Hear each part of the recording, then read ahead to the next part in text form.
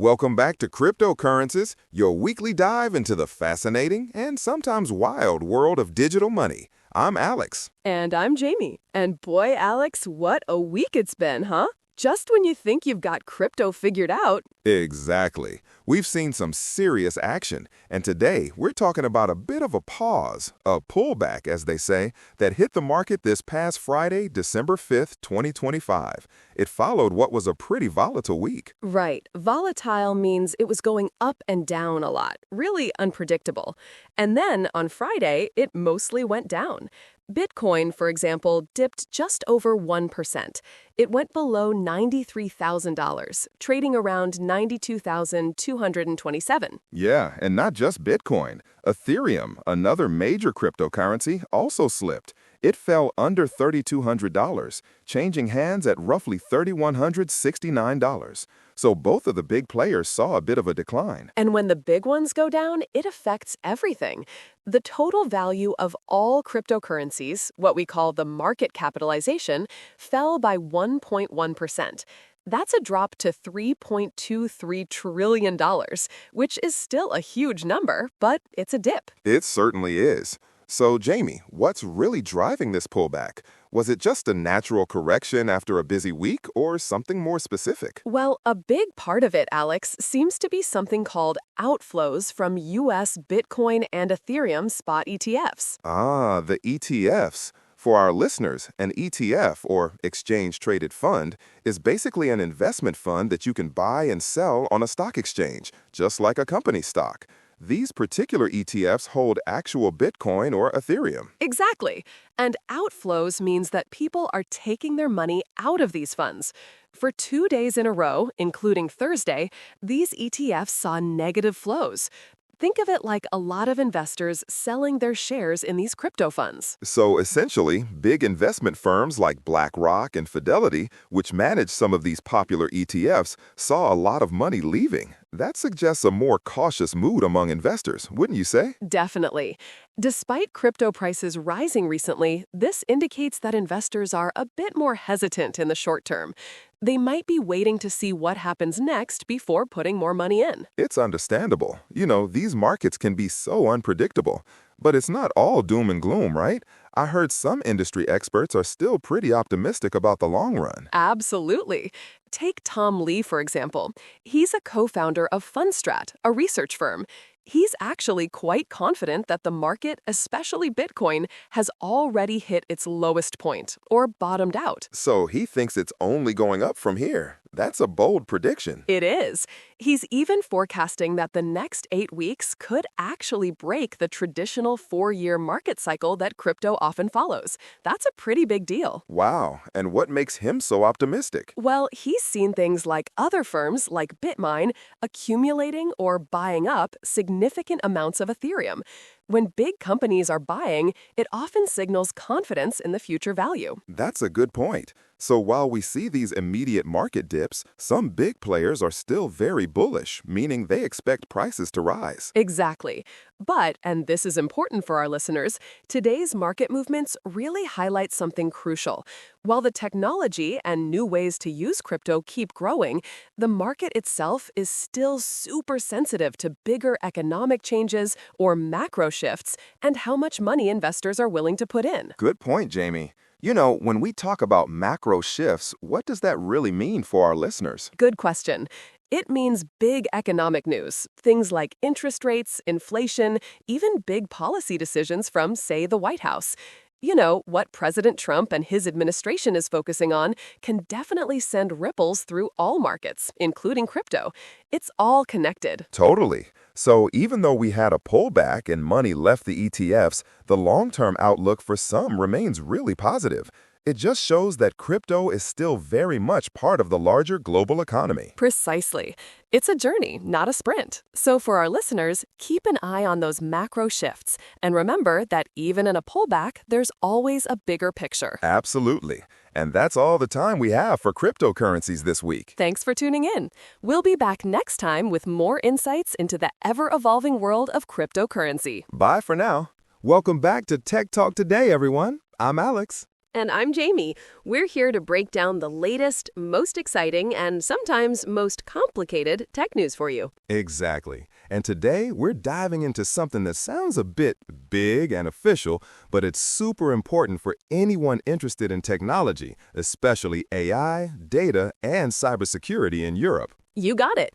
We're talking about the European Union's Digital Omnibus Package. It just dropped on November 19th, 2025. Right, so it's fresh news. Omnibus is a cool word, meaning it covers many things, and that's exactly what this package does. The European Commission has basically rolled out a massive plan to update and simplify how Europe handles digital technology. Exactly. Think of it as a huge spring clean for their digital laws. The main goal, Alex, is to make things easier for businesses. They want to cut down on all the paperwork and rules, which they call compliance burdens, so companies can innovate more and spend less time on administration. Wow, compliance burdens. That sounds like a headache for businesses. So the EU wants to ease that? That's a big deal. It really is. And they're not just hoping for the best. The Commission actually projects some impressive numbers. They think these changes could save businesses a whopping 5 billion euros and public authorities an extra 1 billion euros by 2029. That's substantial. Okay, so this digital omnibus is all about simplifying things and saving money. What are some of the key areas it focuses on? Good question. One major part is consolidating or bringing together EU data rules under something called the Data Act framework. So instead of having rules scattered everywhere, they're trying to create a more unified system. That makes sense. Easier to navigate. Absolutely. And for AI, which is on everyone's mind these days, the Omnibus is making big moves to boost European AI companies. How? By giving them better access to high-quality and fresh datasets. Because, good AI needs good data to learn from. That's crucial. Quality data is the fuel for AI development. So, more data access means better AI. What about the actual AI Act itself? Did the Omnibus change anything there? It did. Specifically, it introduces some relief measures for small and medium-sized enterprises, or SMEs, and even smaller companies. We call them SMCs. These are the smaller businesses that might struggle with all the strict rules. Oh, so it's making it a bit easier for the smaller players to innovate with AI without getting swamped by regulations. Precisely. And it also eases requirements for certain narrow-task, high-risk AI systems. These are AI systems that are considered high risk, but only do a very specific job, like an AI that helps doctors detect a certain disease. The rules are still there, but they're a bit more flexible now. Interesting. So not a blanket loosening of rules, but a more nuanced approach. What about when these new AI rules actually kick in? The Omnibus also clarifies that. The timing for when the high-risk AI system requirements become mandatory is now linked to when standardized technical guidelines or harmonized standards are available. The latest they'll come into effect is December 2027 or August 2028, depending on the type of system. That gives companies a bit more time to prepare, especially as those standards are developed. Exactly.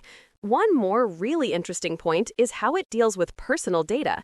The changes allow for the processing of personal data, even sensitive data, called special category data, for the development and operation of AI systems. Whoa, that sounds like a big change. Doesn't that raise privacy concerns? It could, but there's a big caveat. It's allowed under the legitimate interest ground, provided appropriate safeguards are in place. So they're not just throwing privacy out the window, but trying to find a balance to let AI development flourish while still protecting people's data. That's a very delicate balance for sure. So, this is a huge package for the EU, but does it have any impact outside of Europe? Absolutely. It carries significant implications beyond EU borders, especially for the United Kingdom. Remember, the UK has its own version of the EU's GDPR data protection law, so any big changes like this in the EU often have a ripple effect. Right, because of all the shared digital interactions and trade. So, what's the status of this digital omnibus? Is it law yet? Not quite. It's a proposal right now. It still needs to go through negotiations and get agreement from the European Parliament and the Council of the EU. So it's not a done deal yet, but it signals a very clear direction. A clear direction towards what, Jamie? Towards a more coherent, meaning well-organized, and innovation-friendly regulatory environment for digital technologies in Europe. It shows that the EU is serious about being a leader in the digital age, but also wants to make it easier for businesses to grow and innovate. That's a fantastic summary. So, streamlining rules, saving money, boosting AI, protecting data with safeguards, and aiming for an innovation-friendly future. Sounds like a very ambitious and forward-thinking plan from the EU. Definitely one to watch as it moves through the legislative process. It could really shape the digital landscape in Europe for years to come. Well, that's all the time we have for Tech Talk today, everyone. Thanks for joining us, and we'll catch you next time with more exciting tech news. Bye, everyone. Welcome back to Tech Talk, everyone. I'm Alex. And I'm Jamie. And boy, do we have some interesting news brewing today from the world of big tech and, well, big regulators. You know, Jamie, it seems like every other week we're talking about a major tech company getting into a bit of a pickle with authorities. And this week, it's Meta's turn, specifically their messaging giant WhatsApp. Right. The European Union, the EU, has officially launched what they call a formal antitrust probe into Meta. And this is all about WhatsApp's new policies concerning artificial intelligence, or AI. An antitrust probe? That sounds serious. For our listeners, can you quickly explain what that means, Jamie? Absolutely, Alex. Think of it like a referee stepping in during a game. An antitrust probe is basically an official investigation to make sure companies are playing fair and not trying to stop others from competing.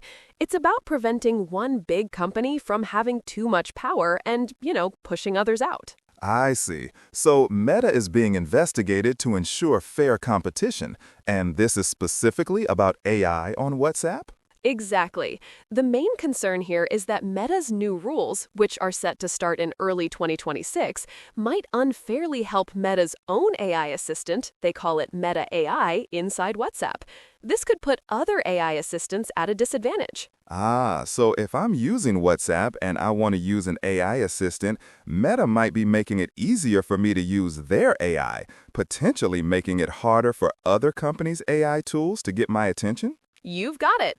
The regulators are looking into whether this is an abuse of Meta's dominant market position. Because let's be honest, WhatsApp is huge, right? Pretty much everyone uses it in some parts of the world. That's true. So because WhatsApp is so popular, Meta has a lot of power, and the EU is worried they might be using that power to unfairly benefit their own AI, which goes against their competition rules. Precisely. This investigation really highlights a bigger trend we're seeing globally, which is regulators keeping a much closer eye on these giant tech companies, especially as they start adding more AI into the services we all use every day. It makes sense. AI is such a new and fast-growing field. If one big company controls too much of it from the start, it could really limit what's available to us. Definitely. The European Commission, which is the main part of the EU running this probe, is worried that these changes could create what they call a closed environment, basically a situation where it's tough for other AI developers to compete. And a closed environment would mean fewer choices for consumers like us and maybe even less innovation, right? Because if there's no competition, why would companies try harder to make their AI better? You hit the nail on the head, Alex. Less competition often means less innovation and fewer options for users. This whole investigation is a big signal that regulators are getting tougher and more proactive. They want to make sure there's fair play in these digital markets. So what could happen here? What are the potential implications if Meta is found to have abused its dominant position? Well, the outcome of this probe could be really significant. It might force Meta to change how they integrate AI into WhatsApp, and it could even set a precedent, a kind of example, for how other big tech companies integrate AI into their services across Europe in the future. Wow. So this isn't just about Meta and WhatsApp. It could shape the future of AI regulation for all tech giants, not just in Europe, but perhaps globally too? Wow, a story to keep an eye on. Absolutely. It's a clear message. Even the biggest players need to play by the rules. We'll be keeping a close watch on this one. Thanks for breaking that down, Jamie. And thank you all for tuning in to Tech Talk. We'll catch you next time.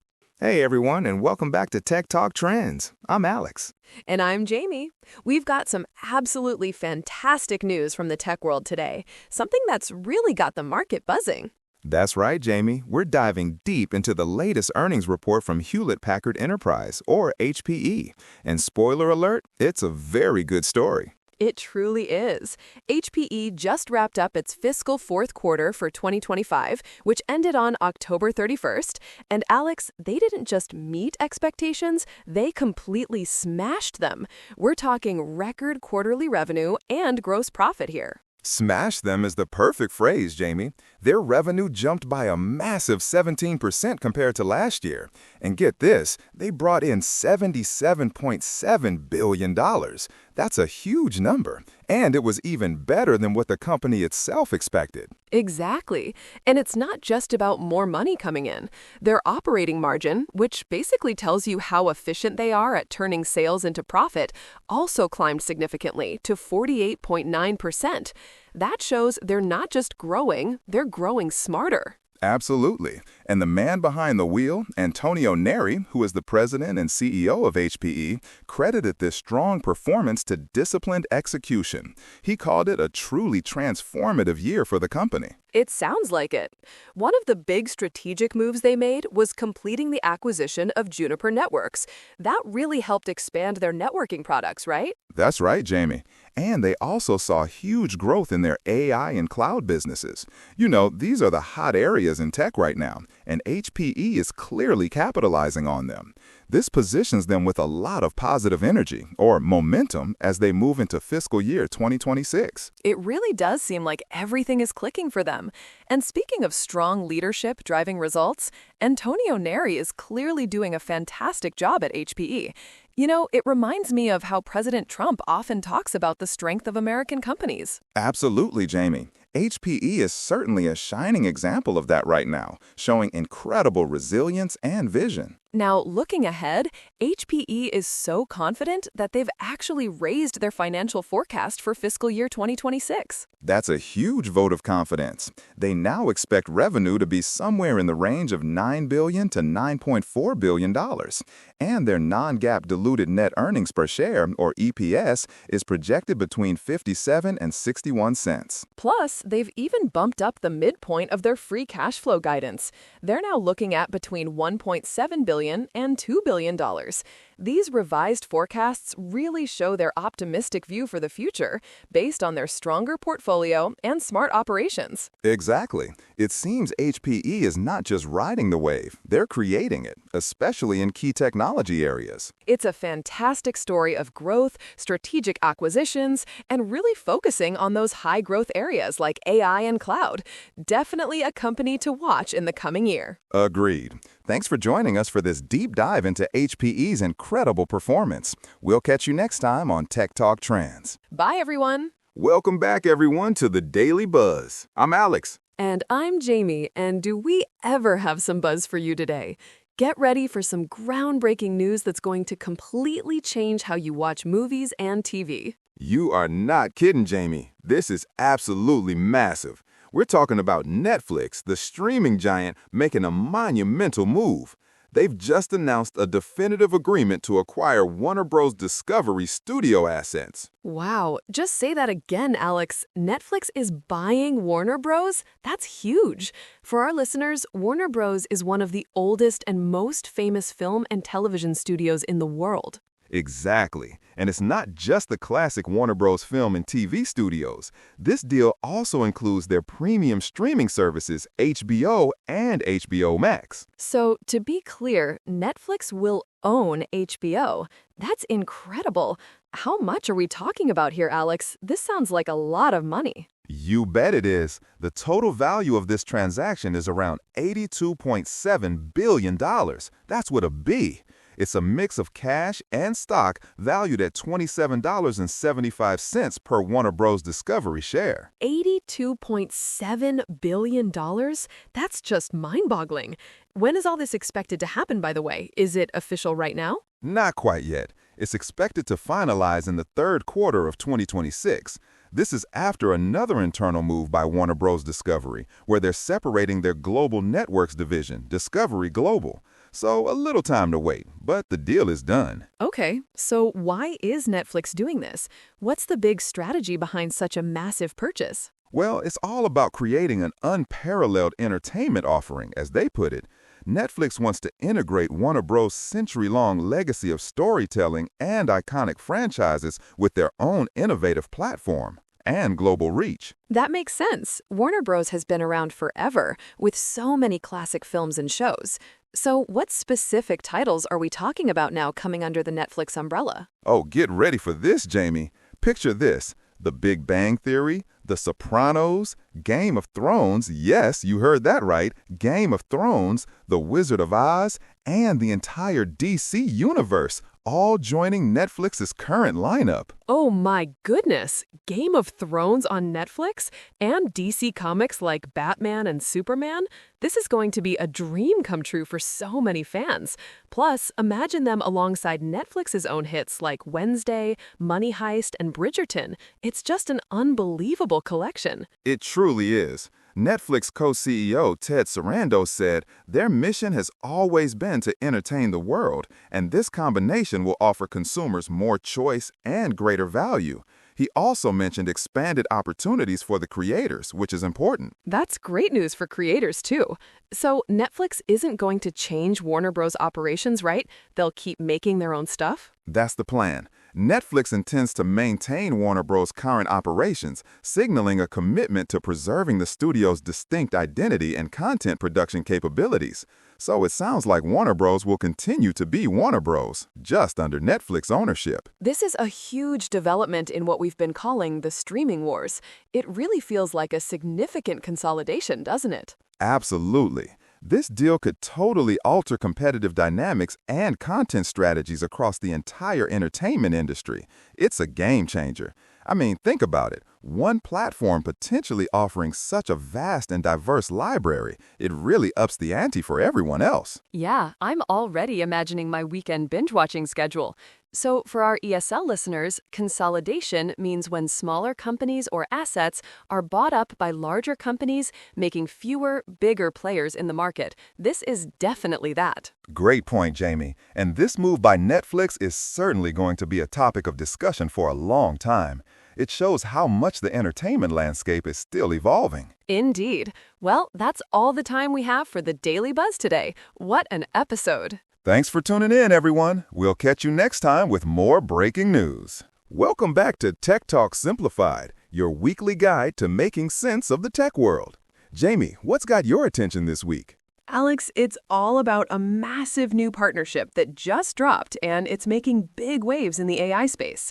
We're talking Snowflake and Anthropic teaming up with a whopping $200 million investment. Wow, $200 million. That's a serious chunk of change. So for our listeners who might not be super familiar, can you quickly tell us who these two companies are? Absolutely. So Snowflake is a cloud data warehousing powerhouse. Think of them as a super secure, incredibly efficient storage and management system for huge amounts of company data. Right, like a massive digital vault and library for businesses. Exactly. And Anthropic, on the other hand, is one of the leading artificial intelligence companies. They're behind Claude AI, which is a very advanced AI model, kind of like a super smart digital assistant. Got it. So a data giant and an AI brain. What's the big plan for this $200 million partnership? The main goal is to integrate Anthropic's Claude AI models directly into the Snowflake data platform. So if a company uses Snowflake for their data, they'll soon be able to use Claude's powerful AI features inside that same platform. That's huge. So instead of using separate AI tools and moving data back and forth, businesses can just have the AI work directly with their data in Snowflake. Precisely. It's designed to let global enterprises securely deploy and use sophisticated AI agents within their existing Snowflake environments. This really streamlines access to powerful generative AI capabilities, making it easier and safer for businesses to use AI. I can see why that's a big deal. Data security is always a top concern, especially for large organizations with sensitive information. So this partnership helps keep everything safe? Definitely. By embedding Claude models into Snowflake, companies can enhance their analytical capabilities, automate complex tasks, and get much deeper insights from their data. All this happens without compromising their data governance or security.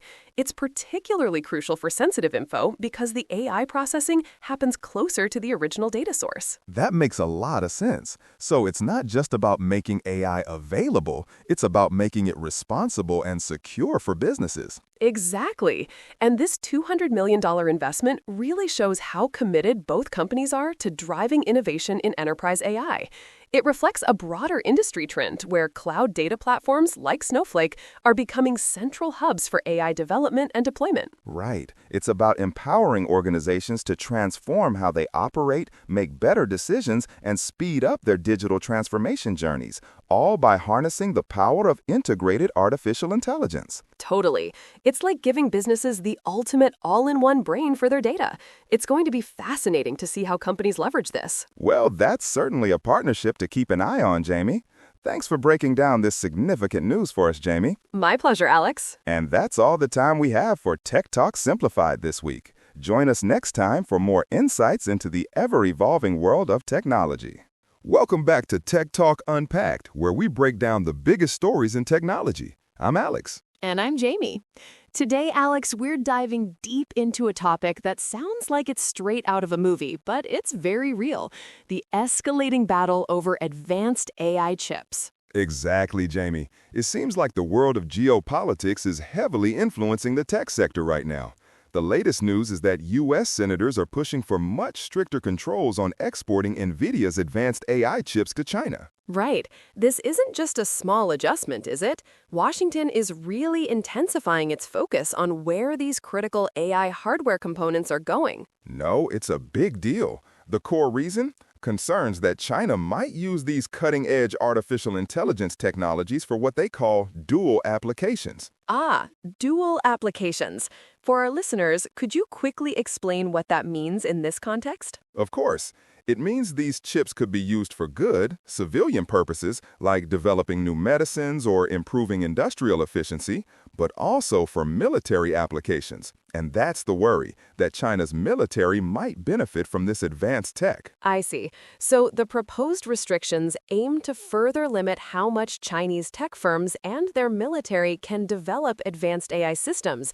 It really puts chip makers in a tough spot, doesn't it? Absolutely. They're navigating a very complex global landscape. For example, AMD, another major chip maker, has actually acknowledged they're prepared to pay a 15% export levy, basically an extra tax, just to maintain limited shipments of their chips to the Chinese market. Wow, a 15% extra cost? That highlights just how crucial the Chinese market is to these companies, even with all these tensions. It's a challenging balancing act for them. Exactly. They need to comply with national security directives, and President Trump's administration has been very clear about protecting U.S. technological advantages, especially in critical areas like AI. But they also want to retain access to a huge global market. So what's China doing in response to all of this pressure from the U.S.? Are they just accepting these restrictions? Not at all, Jamie. China is actively pursuing strategies to bolster its domestic AI chip manufacturing capabilities. It's like they're saying, if we can't buy them easily, we'll make them ourselves. Right. And we're seeing some interesting developments there, aren't we? Companies like Baidu's Kunlun Sin are reportedly targeting multi-billion-dollar initial public offerings, IPOs, which is when a company first sells shares to the public to raise money. You got it.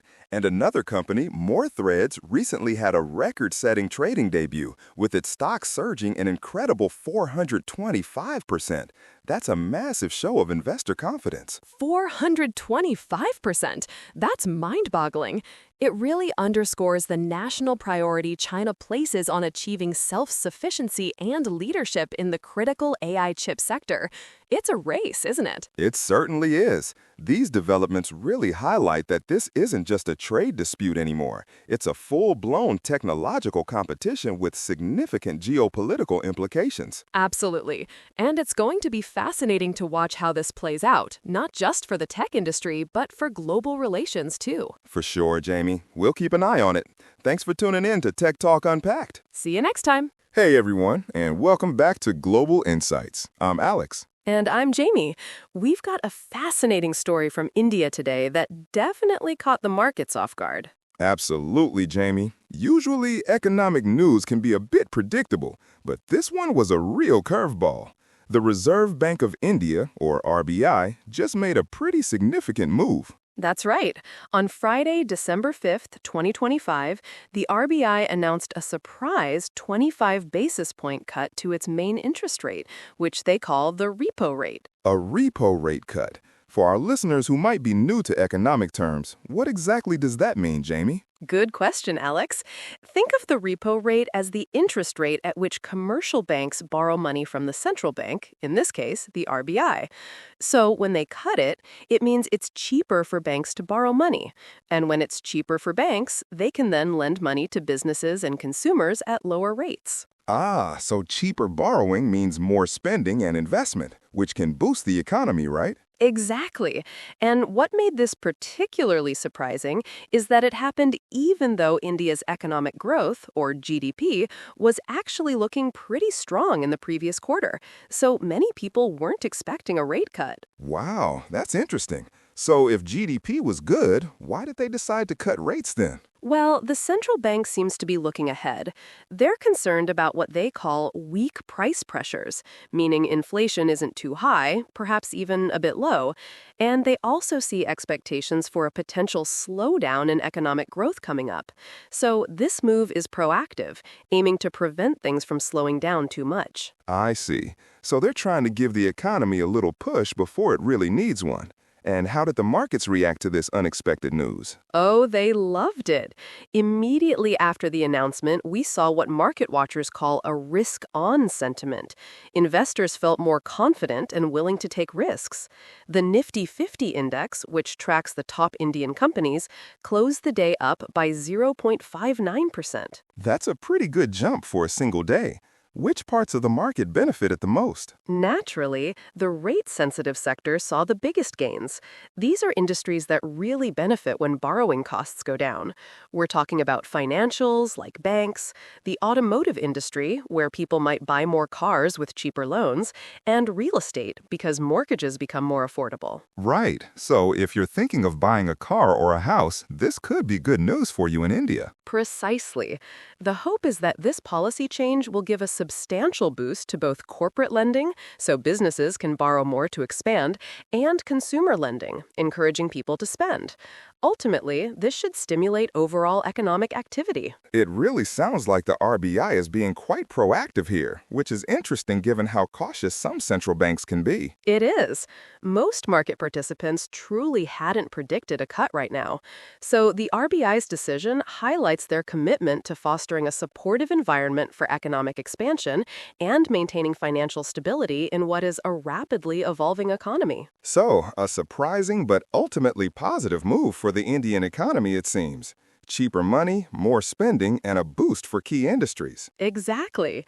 It's a classic move to try and spur growth, and the market response shows investors have confidence in the RBI's strategy. Well, that's all the time we have for Global Insights today. Thanks for breaking that down for us, Jamie. My pleasure, Alex. And thank you for listening. We'll catch you next time. Welcome back to Tech Talk Today, everyone. I'm Alex. And I'm Jamie. And today we're diving into something that's probably already affecting your work life or soon will be: artificial intelligence. That's right, Jamie. We've talked a lot about AI changing industries, but now we're seeing some real, concrete laws coming into play, especially when it comes to employment. Exactly. So imagine AI helping decide if you get a job, how much you get paid, or even how your performance is judged. Sounds a bit sci-fi, right? But it's happening, and states are starting to put rules around it. Yeah, it's not just a futuristic concept anymore. We're seeing some U.S. states taking the lead. For example, Illinois and Texas are both set to implement significant AI laws. That's right. Mark your calendars, or rather, employers should. January 1st, 2026.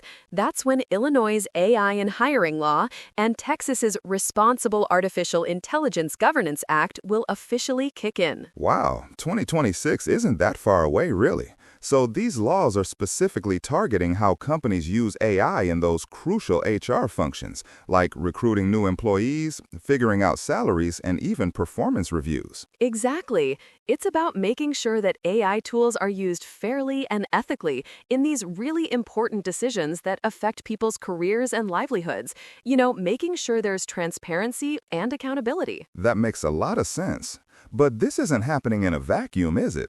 We've also got the federal government, the White House, involved in setting a broader vision for AI. Absolutely.